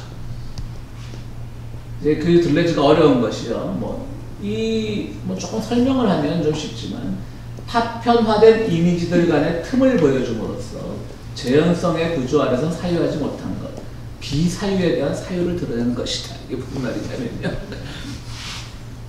무슨 말씀인지 아시겠죠? 이제 뭐냐면 장면과 장면에 이제 차이가 있어요. 뭐 영화를 예를 들자면, 근데 우리는 그걸 재현의 구조로 보면 그 차이가 사실 아무것도 아닐 수 있는 거예요. 그런데 영화를 자세히 보다 보면 그 차이과 차이 사이에 빈틈이 있는데, 그것을 영화 감독조차도 사유하지 못했던 거예요. 그냥 뭐 찍다가 그것이 뭐라 그러죠? 오게티라 그러죠. 감독이 실수한 것일 수도 있고, 아니면 감독이 뭐 A라는 의도를 가지고 만들었는데 그것이 관객들에게 잘 전달되지 않았을 수도 있고, 그렇지만 우리는 그 사이의 차이와 차이의 틈을 보면서 아무도 생각해내지 못했던 것을 생각해내는 겁니다. 그게 이제 비사유를 사유한다고 하는 겁니다. 그러니까 영화를 보면서 우리는 끊임없이 비사유를 사유화해야 되는 겁니다. 그러니까 좋은 영화는 그냥 어둠의 경로를 통해서라도 2번, 3번씩 보셔야 돼요. 그러다 보면 계속 내가 생각하지 못했던 것들, 비사유했던 것들이 사유가 되는구나 라고 생각을 하는 거죠. 근데 그 버닝이라는 영화 오늘 좀 이렇게 처음 이제 그 어둠의 경로를 다운받아서 봤는데 흥행에 실패할 수밖에 없더라고요. 재미는 되게 없더라고요. 근데 또 어떻게 해요? 많은 평론가들이 좋은 영화라 그러는데 지금 재미가 있어요, 없어요? 재미가 없더라고요. 영화라는 게 이창동의 시 같은 것도 그렇게 재밌는 영화 하거든요. 윤정이 나오는 것도 재밌는 영화. 저는 그 영화 굉장히 재밌게 봤거든요. 그러니까 자기가 몰입되는 지점이 다 각 사람마다 차이가 있는 모양이에요. 그래서 한 2-3번 더 봐보려고요. 이 버닝이라는 영화는. 거기서 비사유했던 것을 사유할 수 있지 않을까. 거기서 이제 나중에 영화를 보면서 미리 조금 말씀을 드리면 이제 여자애가 그렇게 저 주인공이 이제 신인 배우 이제 오디션 몇천 대를 통해서 왔다는데 굉장히 연기가 신인답지 않게 잘하더라고요. 그리고 이제 리틀 헝거, 그러니까 작은 배고픔과 그레이트 헝거, 큰 배고픔을 설명하는 게 나와요. 거기서도 막 이렇게 교육이 높거나 그런 역할이 아니고 그냥 알바로 살아가는 그런 이제 그렇게 막 영어로 리틀 헝거와 그레이트 헝거를 설명을 하는 거예요. 그러니까 리틀 헝거는 진짜 배가 고픈 것이고 그레이트 헝거는 어떤 자기 꿈과 야망을 해서 배고픔. 옛날 히딩크 감독이 나는 아직도 우승에 배고프다, 꼴에 배고프다라고 했던 그런 개념으로 이제 여자가 설명을 해요. 그런데 영화적 장면은 실제로는 이 여자에게나 유아인이라는 배우에게는 리틀 헝거 자체도 조금 해결할 수 있는 역량이 없는 단계니까 그레이트 헝거라고 하는 것에는 정말 그거는 불가능한 꿈인 거예요. 자기 머릿속에서 그레이트 헝거를 자꾸 하려고 하지만 그러니까 여자애가 뭘 하냐면 판토마임 학원을 내는 판토마임을 배워요. 판토마임은 뭐죠? 대상이 없는 것을 대상이 있다라고 생각하는 거죠. 그러니까 그런 것들이 굉장히 영화적 상징이죠. 그러니까 이 판토마임을 통해서 그레이트 헝거를 채우려고 싶은 흉내만 낼 뿐이죠. 그러니까 영화 초반은 그렇게 시작을 해요. 영화 초반에 그냥 여자애가 유아인은 집에 데려다 놓고 리틀 헝거, 그레이트 헝거 햇소리 하는구나 이렇게 보지 마시고 그거를 보고 판토마임 학원에 다니는 걸 보고 얘가 알바해서 왜 그런 데 다녔지 옥탑방이나 탈출하지 그렇게 보지 마시고 영화를 그 2개를 보고 저도 그까지만 조금 이제 주의 깊게 보다 조금 산만해져서 못 봤는데 그 2개를 가지고 영화를 보시면 조금 해석이 쉬울 것 같습니다. 네. 제목이 시? 아니 저기 버닝 불탄다는 버닝. 이번에 시 안 보셨어요? 시도 보셔야 돼요. 시 보셔야 돼요. 그것도 이창동 감독이에요. 그 유명한 윤정이 나오는. 네. 김희라라고 하는 옛날에 마부에 나왔던 김승옥 배우의 아들 김희라도 나오고. 김이란 진짜 아팠었어요. 지금 그분 돌아가셨을 거예요. 네. 그때 그때가 진짜 아팠을 때. 진짜 아팠어요. 파킨스병 들어가더라고요.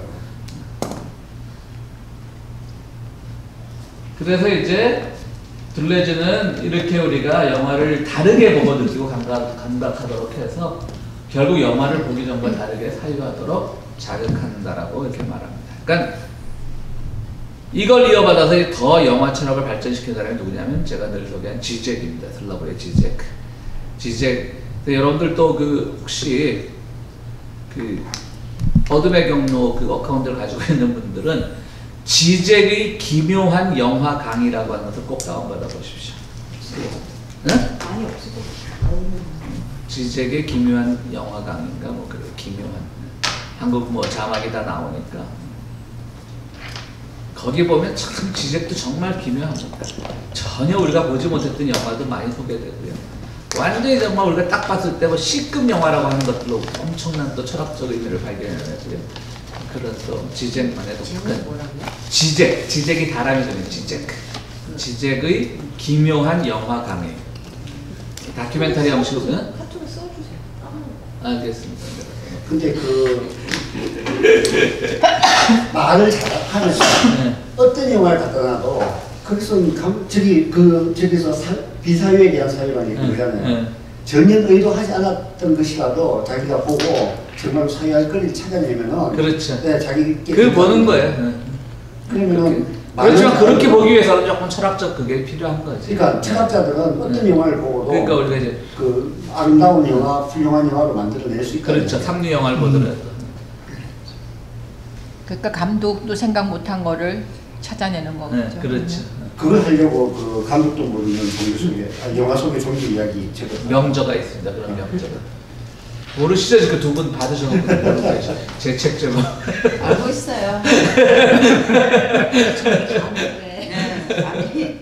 책은 많이 읽었어요. 사실 읽은 거. 거기서 이제 책하고 넘어갔어야 되는데 네. 종교에 뭉글러 버리고요. 그렇죠. 그 책에서 나온 그 영화를 제가 한 3개 정도 봤더라고요. 네. 그래도 다 재미가 없었어요. 그걸 볼 당시에. 근데 저는 왜 보러 왔지? 저 바벨도 보고 네. 밑에 2개 더 있었어요.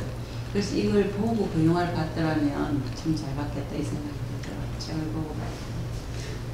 근데 그 저는 컨택을 보면서 느꼈던 게 야 이거 한번 보고 만약 영화가 그렇죠. 어렵더라고요. 컨텐츠 어렵죠. 이건 뭐 제가 뽑았지만 또 제가 뽑았다고 너무 건방지니까 평화당이 뽑은 철학하기 좋은 영화 이렇게 적어놨습니다. 오일의 마중 여기서 우리 한번 본 적이 있습니다. 예. 중국 영화. 이거는 시간에 대한 개념입니다. 그래서 끊임없이 5일이 반복되는 공리, 치매가 걸린 공리, 그리고 그 애가 기다리던 남편은 이미 그의 옆에 있지만 아직은 오지 않았다라고 하는 굉장히 기독교적인 개념이죠. 우리가 기독교에서는 메시아가 왔다라고 믿지만 또 동시에 메시아를 기다리지만 동시에 메시아는 우리 옆에 와 있다라고 하는 것이 기독교의 그 기본 가르침이거든요. 그런 걸 아주 동양적으로 잘 풀어내는. 근데 보니까요, 제가 이걸 다음이라고 하는 거기서 뽑았는데요. 굉장히 재밌게 봤죠, 우리 영화 그때, 그죠? 근데 5만밖에 안 들었다고, 5만. 공리가 나오고 장례모가 감독을 했는데, 한국에서. 그 다음 트리 오브 라이프라고 하는 건 테렌스 멜릭이라고 하는 사람이 감독했고, 주연은 브래드 피트와 쇼온 펜인데, 형제 간의 이야기인데요. 형제가 자랄 때 아버지와의 갈등 이런 것들을 영화인데 세상에 이건 정말 재미없는 영화입니다. 그런데 꼭 봐야 됩니다. 정말 뭐 화면도 느릿느릿하고 이 감독은 누구냐면 정규 영화 감독이 아니에요. 테렌스 멜릭은 그 MIT 대학도 이런 인문 교수들이 있거든요. MIT 대학은 철학을 가르치는 MIT 철학 교수입니다. 그러다 보니까 자기 생업이 따로 있다 보니까 이 사람은 영화를 뭐 한 3년에 한 편, 5년에 한 편 찍는 사람이에요. 20년 만에 한 편. 20년에 한 편도? 3년이면 자주 찍는 자주 찍는 편이죠. 그러니까 3년보다 훨씬 길죠. 그런데 저기 그 트리 오브 라이프는 그해 2011년에 그 칸의 최고상인 황금종려상을 받았습니다. 뭐 그런 건 있어요. 꼭 상을 받았다고 좋은 영화는 아니고요.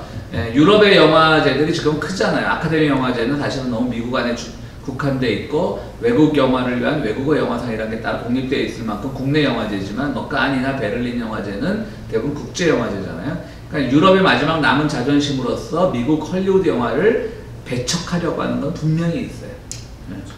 그래서 이번에도 일본 영화가 우리 버닝을 꺾고 됐고, 근데 버닝이 안 된 이유는 저는 하나라고 봐요. 원작이 무라카미 하루키였어요. 그러니까 이 평론가들이나 심사위원들이 보기에는 일본 영화가 있는데 하나는 원작도 일본, 만들어진 것도 일본, 하나는 원작은 일본, 만들어진 한국이라고 했을 때 일본의 영화를 더 높이 평가하지 않았을까라는 그냥 제 나름대로의 추측입니다. 그러니까 이제 이 트리 오브 라이프도 완전히 헐리우드 영화 문법과는 벗어난 영화죠. 그렇기 때문에 아마 미국 영화임에도 불구하고 황금종려상을 받지 않았나 그렇게 생각을 합니다. 그런데 또 테렌스 멜릭이라는 배우가 그렇게 크니까 이런 영화는 미국에서도요, 헐리우드에서요 흥행에 성공 못할 거는 감독도 알고 배우들도 압니다. 그리고 저 영화에서 보통 뭐 쇼온 펜이나 브래드 피트가 일반 헐리우드의 상업 영화에 출연하는 한국도 어르신 정말 수십억, 수백억의 출연료를 받지 않습니다. 그 영화 흥행이 안 되는데 그럼에도 불구하고 이제 이 트렌트 멜릭의 영화에 출연하고 싶어 하는 거죠. 잘은 알지 못하지만 개런티 같은 거 엄청 적게 받았을 거라고요. 저런 명배우들이. 노인을 위한 나라는 없다가 우리가 평화소다 한 3년 동안 영화를 봤더니 봤는지 안 봤는지 기억도 가물가물한데 그러니까 그런 걸 좀 메모를 잘 해놔야 되는데 메모를 잘 못한 거죠. 여기서 같이 보다가 중간에 끊는 거. 뭐예요? 저 노인을 위한 평화소당에서? 재미없어서 몇 번 없어요. 한번 또 봐야 돼. 저 영화도 굉장히 좋은 영화고요. 저건 이제 코엔 형제라고 에단 코엔과 조엘 코엔 항상 형제가 같은 영화를 만듭니다. 우리가 영화 그 감독 얘기 한 번씩 넣잖아요. 우리가 여기 할 때 다음 시간에는 언제 에단 코엔이나 그 조엘 코엔 형제 영화 소개해드리겠습니다. 심각한 놈. 주인 씨인가? 네? 주인 씨예요. 예, 주인 씨입니다. 예. 주연은 타미리 존스라고 하는 약간 나이 든 배우, 그다음 하비에르 바르뎀이라고 스페인 배우인데 그 예전에 그 고야의 유령에서 신부로서 막 그 젊은 여성을 유대인이라고 고문해갖고 임신까지 시켰다가 자기가 잡혀 죽게 생기니까 탈출해갖고 갑자기 프랑스 군대 혁명군의 장교가 돼서 종교와는 정반대의 근대적 합리주의의 사제가 되어갖고 자기 고국에 돌아온 아주 위선적인 그런 역할들 아주 무섭게 생겼는데 연기는 잘하는. 노인을 위한 그 영화죠. 하비에르 바르뎀 거기 나오고 거기가 잔인한 킬러 역할로 나옵니다. 역시 시리어스맨이라고 하는 것도 에단 코엔이라고 조엘 코엔이라고 하는 그 두 사람의 형제가 만들었고 이것도 유대인의 이야기입니다. 이 영화의 가장 재미있는 장면은 영화 포스터 보면 이 남자 주인공이 지붕에 올라와서 1960년대 미국이니까 그 외부 TV 안테나 있잖아요.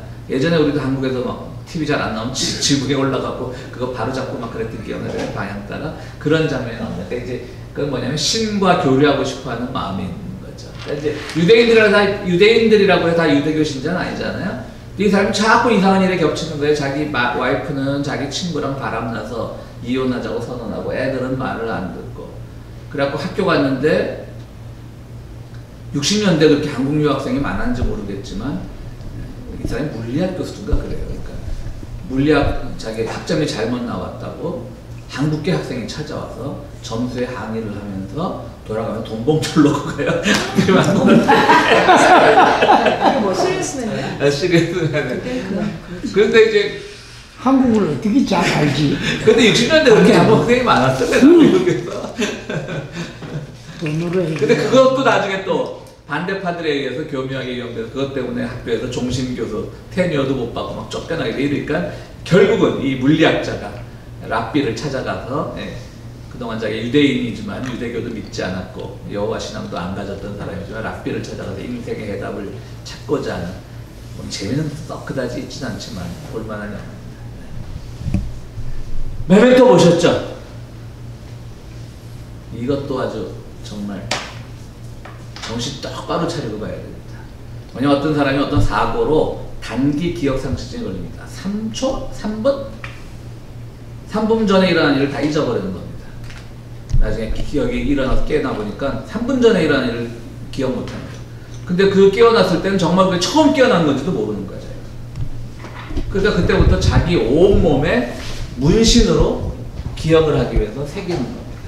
자기가 사고를 당한 거 분명히 누군가의 공격에 사고를 받고 상처를 보니까 그 범인을 잡아야 되는데 3분만 지나면 3분 전에 있었던 일이 모르지 잊어버리니까 그때 일어난 순간을 시간을 자꾸 이렇게 파편을 쪼개서 그야말로 기록을 해나가면서 그 사이사이 그야말로 들레지식으로 그 차이와 반복을 통해서 진리에 찾아가려고 하는 그런 영화입니다. 이 영화는 정신 똑바로 차리고 봐야겠다. 저게 지금 어디까지 기억하는 걸 적는 거지? 굉장히 스트레스 받는 영화인데 영화 재밌습니다. 보셔야 됩니다. 바벨은 이제 우리가 그 성경에 나오는 바벨탑을 짓다가 인류가 말이 서로 어긋나게 된 거잖아요. 그런 점에서 이 터키인가 어디를 여행을 할 때 거기서 말이 통하지 않았던 것들 그리고 이제 자기 부부가 또 말을 통하지 않아서 마지막 이혼 직전에 조금 이 여행을 하고 나면 그들의 어떤 불화가 좀 극복될 수 있을까 여행을 하면서 모로코인가요? 모로코. 그래서 이제 거기서 뭘 하다가 뭐 공격을 받는데 이제 이슬람의 테러다. 미국 사람들은 무슬림의 테러다. 근데 뭐 나중에 결과적으로 알고 보니까 아예 오발 사고였던 것이고, 근데 집에는 또 멕시칸 보모한테 애를 맡기고 왔는데 돌아온 날까지 차가지 사고가 나서 이제 와이프가 다쳐가지고 병원에 입원하니까 돌아오는 날에 못 돌아오니까 멕시칸 보모는 자기 고향 집에 방문할 일이 있는데 애만 두고 갈 수가 없으니까 애를 데리고 또 멕시코 국경을 건너다가 또 멕시칸이 백인아이를 데리고 국경을 넘으니까 그거를 이상하게 생각합니다. 복잡한 전혀 서로 가까이 상황에서 말이 안 통하는 거기다가 중간중간에 너무 분주했어요. 그래서 일본에 또 재벌 얘기가 하나 나오죠. 거기서 근데 굉장히 또 철학적인 영화다. 서로 이제 말이 안 통하는 상황에서 어떻게 그 언어가 하나로 조합되고 있는지 그것도 이제 철학적으로 깊이 있는 영화고요. 컨택트도 제가 말씀드린 이건 이제 원제가 어라이벌이죠. 드네블레고 지난주에 소개했던 그 드니블레가 있고요.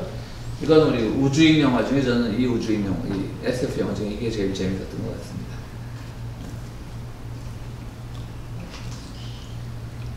그다음 매트릭스는 이것도 이제 그 소위 말하는 그 가상현실에서 일어나는 일이죠. 키아누 리브스라는 배우가 열심히 그 뭐 컴퓨터 해커 비슷하게 그런 일을 하고 있는데 알고 봤더니 그 현실 자체가 가상현실이었던 거예요. 실제가 아닌 거예요. 그래서 그걸 실제 세계로 끌어내는 거예요, 결국은. 그래서 아주 그 유명한 그 영화의 명대사가 있습니다. 키아누 리브스가 이 빨간 약을 먹을래 이제 예언자 그린 사람이 파란 약을 먹을래 그래요. 파란 약을 먹으면 그냥 이 가상의 세계에서 아무 어려움 없이 사는 거예요. 파란 약을 먹으면. 근데 빨간 약을 먹으면 실제 세계에 나가는 거예요. 낙관 개념의 실제 세계. 그러니까 또 지젤은 재밌게 설명을 하죠. 결국 우리를 진리, 실제에 도달하는 건 빨간 약이다. 그러니까 전부 좌파가 되어야만 실제, 그 지젤이라고 재밌게 해석을 한다고요. 근데 제가 보기엔 그 워셔스키 그 형제가 뭐 나중에 워셔스키 그 형제인지 남매인지 자매인지 나중에 설명해 드리겠지만 그걸 고려했을 것 같아요. 진짜 그들이 약간 좌파스러운 기질이 있어서 빨간 약을. 그 빨간 약을 택해요.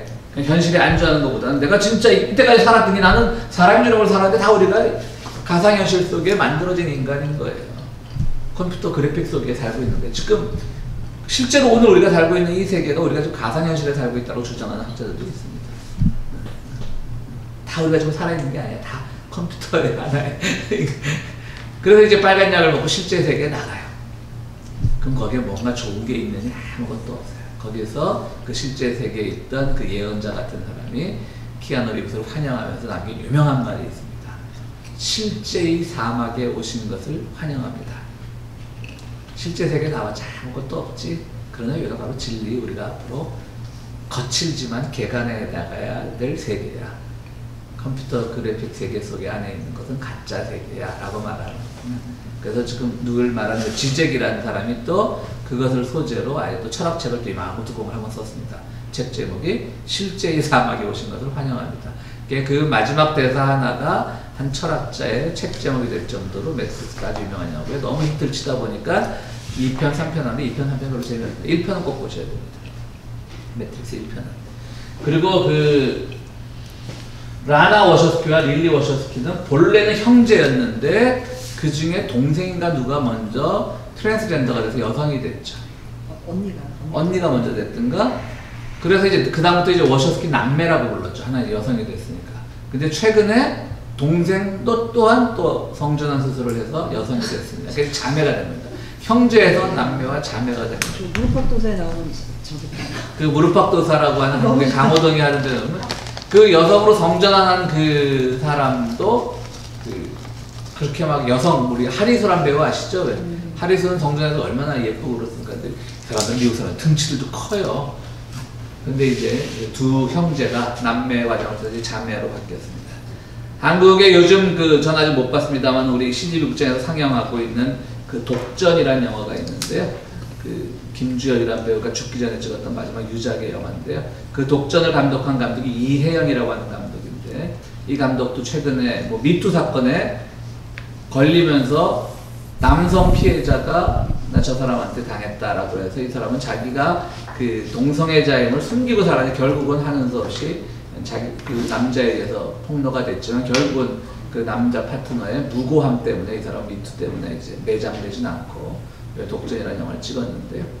그 사람이 처음 데뷔작이 천하장사 마돈나라고 하는 영화. 그 영화 참 재미있습니다. 그건 일본식 원작이잖아. 그래요? 근데 이영 감독은 이영 감독으로 알고 있어요. 저 이제 그 영화 주인공이가 뭐 그거 수술비 마련하려고 뭐 그러니까 수술비 마련하려고 그러는 건데 우리가 흔히 말하면 씨름 선수가 되는 거예요. 그러니까 수술비. 그러니까 우리가 흔히 말하면 정말 하리수처럼 본래 막 여성성을 타고나가지고 근데 제가 남성이라는 게 괴로워서 성준환 수술을 한 사람만이 우리는 있다고 생각했지만 그것 또한 우리의 편견인 거죠. 실제로 우락부락한 우락부락한 그런 씨름까지 하는 애도 자기 성 정체성이 자꾸 여자로 느껴지니까 여성으로 바뀌는 거예요. 심지어는 영화는 제목은 생각 안 나는데 한 2, 3년 된 영화 중에 차승원이가 싸움 잘하는 형사로 나오는 영화가 하나 있었어요. 하이힐인가 그래요, 영화 제목이. 근데 차승원 온몸에 칼자죽이에요. 형사인데 하도 조폭도 잡으러 다니다가. 근데 이 양반도 결국은 성전환 수술을 하고 싶어 하는 남자예요. 그러니까 천하장사 마돈나의 그걸 너무 많이 컨셉을 빌려왔지 그 영화. 그래서 그 영화는 흥행에 실패했는데 그런 게 있습니다. 워셔스키는 재밌죠. 형제가 남매가 됐다래, 자매가 돼. 근데 둘 다 키가 뭐 6피트가 넘는 우락부락하게 생긴 그러더라고요. 그래도 어쨌든 뭐 우리 같은 사람이 보기엔 이상해 보일 수 있지만 그들의 또 성 정체성이 여성이라고 느껴졌다면 또 우리는 하는 수 없이 그것을 또 받아들여야 되겠죠. 어쨌든 뭐 오늘은 이렇게 철학하기 좋은 영화, 철학할 때는 두 명의 철학자 들레즈와 지젝은 꼭 기억하셔야 되고요. 지젝의 기묘한 영화관이라고 하는 필름도 한번 꼭 보시고 이런 영화도 우리가 평화의 땅에 한번 봐야 될 거예요. 트리 오브 라이프는 안 보겠습니다. 중간에 다 가실 거예요. 졸려가지고. 재미 되게 없습니다. 혼자 조용히 묵상하면서 집에서 보십시오. 자, 오늘 뭐 질문 있으세요? 다음 거 맞지? 네, 다음 거 맞습니다. 신경하면 진짜 바뀌어요, 사람이. 모르죠. 근데 그냥 우리는 이제 동전하면 실제로 달라져요. 의학적으로 어떻게 가능한지 모르겠어요. 실제로 평균 수명이 한 5년 정도 준다고. 그 위험을 감수하고 하는 겁니다. 목사님은 아직